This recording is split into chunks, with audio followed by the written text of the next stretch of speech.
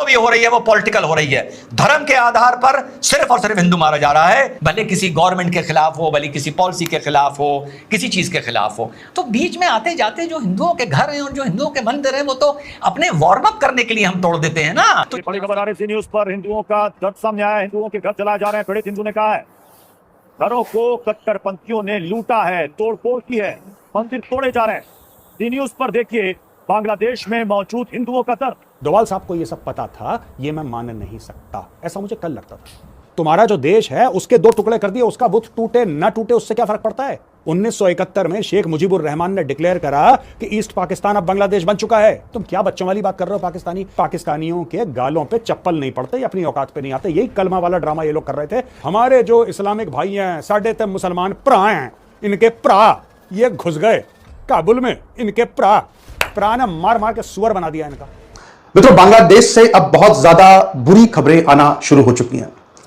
मित्रों, बांग्लादेश में हिंदुओं पर हमले शुरू हो चुके हैं और जो बांग्लादेश के हिंदू हैं वो अब तरसती हुई निगाहों से भारत सरकार की तरफ देख रहे हैं, गृह मंत्री अमित शाह की तरफ देख रहे हैं। बहुत सारे जो बांग्लादेशी हिंदुओं के जो ट्विटर हैंडल्स हैं, उन ट्विटर हैंडल्स से प्रधानमंत्री मोदी को, अमित शाह को टैग किया जा रहा है। जय दोस्तों, जय श्री राम। तो भाई बात थोड़ी कड़वी है, घूट भर के पी जाओ। All eyes on Rafah. शर्म आनी चाहिए भाई इन सो कॉल्ड सेलिब्रिटी बॉलीवुड को, जिनको आज इस मुकाम पर आप लोगों ने, हम लोगों ने पहुंचा है। All eyes on Hindu Bangladeshi. 4-5 दिन से भाई अत्याचार हो रहा है, घुट घुट के मर रहे हैं, लड़कियों को उठाया जा रहा है बांग्लादेश के अंदर। बहुत सारी ऐसी वीडियो है, मैं वो यूट्यूब पे नहीं डाल सकता, जो मैंने देखी हैं। घरों में उनके घुसा जा रहा है। और आज यानी कि जहां पर माइनॉरिटी में हिंदू है उनको भाई एक तरह से, मैं ऐसा क्या शब्द यूज करूं, उनको भाई गला घोट रेंग रेंग कर उनको मारा जा रहा है। हमारे भारत में ही कुछ ऐसे बैठे हैं जो बोलते हैं हिंदू मतलब हिंसा।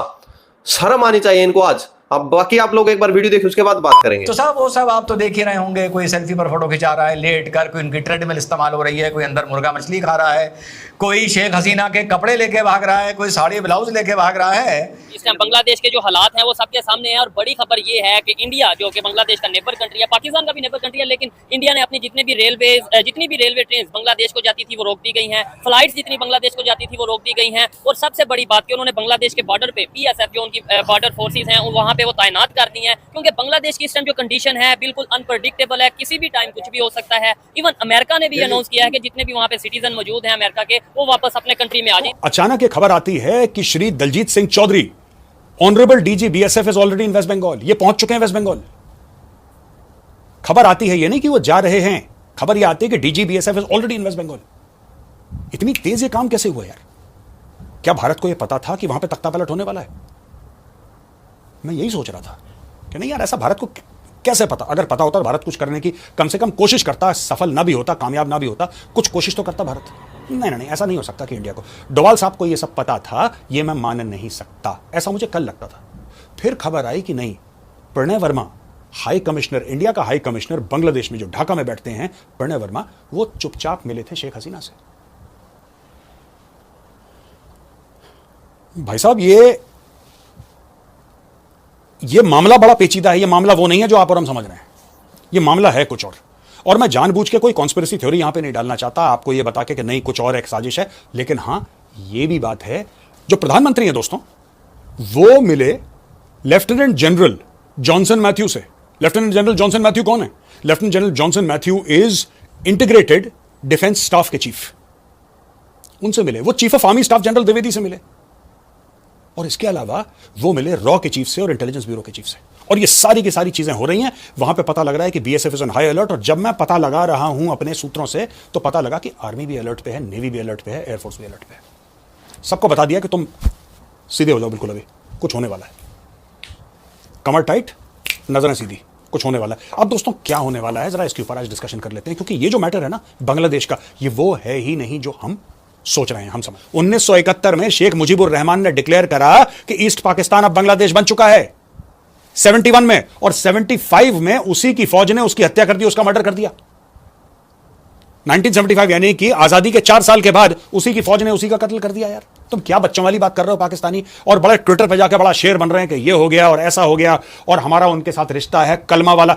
जब तक पाकिस्तानियों के गालों पे चप्पल नहीं पड़ते, अपनी औकात पे नहीं आते, यही कलमा वाला ड्रामा ये लोग कर रहे थे जब अफगानिस्तान के अंदर तालिबान घुसे थे। यही पाकिस्तानी थे, यही पाकिस्तानी पंजाबी, यही मोटे लाहौरी, यही अपनी ऐसी की तैसी करवा रहे थे दोस्तों, जब ये कह रहे थे ओह वो भी अगस्त का महीना था, दैट वाज 15 अगस्त, ठीक है जी। ओहो बड़ा मजा आया, हमारे जो इस्लामिक भाई हैं, साढ़े ते मुसलमान भरा हैं, इनके भरा ये घुस गए काबुल में, इनके भरा, इनको बड़ा मजा आ रहा था कि हमारे भरा काबुल घुस गए।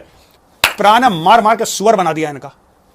और यही बांग्लादेश से, देखो मैं आपको बताता हूं दोस्तों, इसमें कई सारी स्टोरियां हैं बीच में। रेलवे एक्सेस था, जो कि मैत्री एक्सप्रेस ट्रेन चलती थी, जो कि एक पैसेंजर ट्रेन थी जो इंडिया और बांग्लादेश को लिंक करती थी, उसको भी सस्पेंड कर दिया गया है ताकि इस ट्रेन से भी कोई भी बांग्लादेश से अभी फिलहाल इंडिया में ना आ पाए। सारी फ्लाइट्स जो कि ढाका से न्यू दिल्ली आने वाली थी उनको कैंसिल कर दिया गया है अभी फिलहाल के लिए, ताकि ये रेफ्यूजीज जो हैं वो इंडिया में अभी एंटर ना कर पाए जब तक इंडिया कोई एक स्ट्रिक्ट एक्शन इस चीज़ पर नहीं लेती, जब तक कोई एक स्ट्रिक्ट डिसीजन नहीं लेती है।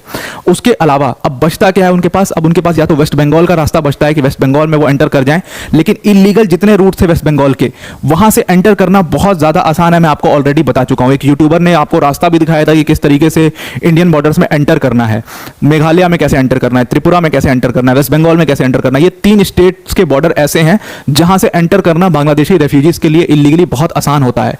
तो पूरी तरीके से उन बॉर्डर से क्रॉस करने की कोशिश करेंगे। हालांकि बीएसएफ ने हाई अलर्ट जारी कर दिया है और उन सारे बॉर्डर्स को सीज करने की कोशिश की, लेकिन मैंने आपको दिखाया कि बीएसएफ की जो चौकी है वो ऊपर है और नीचे अंडर द पाइप आने की भी कोशिश करते हैं। तो ये सारी चीजें बांग्लादेश के अंदर में चल रही है। आप जब तक रियल ग्रास रूट इशू को सही तरीके से हैंडल नहीं करेंगे तो फिर इसी तरह होगा। इनको चाहिए था कि उनकी बात सुनी जाती, मिडिल ग्राउंड्स पे आते, कुछ दिया जाता, कुछ लिया जाता और मूव फॉरवर्ड। लेकिन यहाँ पे मैं इसको डायरेक्ट एक और बात के साथ भी ये अटैच करना चाहूंगा कि बांग्लादेश के अंदर जो इलेक्शन थे, पिछले इलेक्शन, वो भी इलेक्शन ठीक नहीं थे, अपोजिशन के बगैर इलेक्शन किए गए।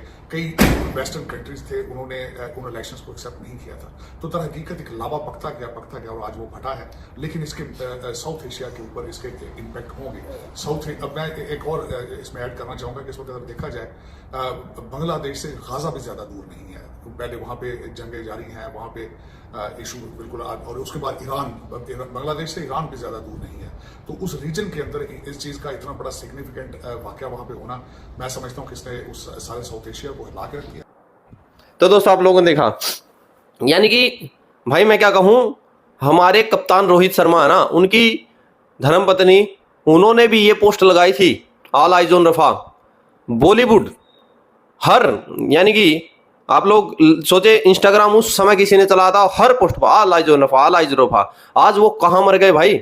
All eyes on Bangladeshi Hindu, all eyes on Pakistani Hindu, all eyes on Kashmiri Pandit. भाई कभी हिंदू को ऐसा, आज भारत के अंदर ही सो कॉल्ड ऐसे पॉलिटिशियन बैठे हैं जो जिस, यानी कि मैं तो ये कहूँगा भाई, जहां खाते हैं, जिस थाली में खा रहे हैं उसी में छेक कर रहे हैं। भारत आज हिंदुओं को ही, हिंदुओं के खिलाफ इतना आज जहर घोल दिया गया है कि अगर कोई हिंदू की बात करता है, सनातन की बात करता है, तो उसको अंधभक्त की एक उपाधि दी जाती है।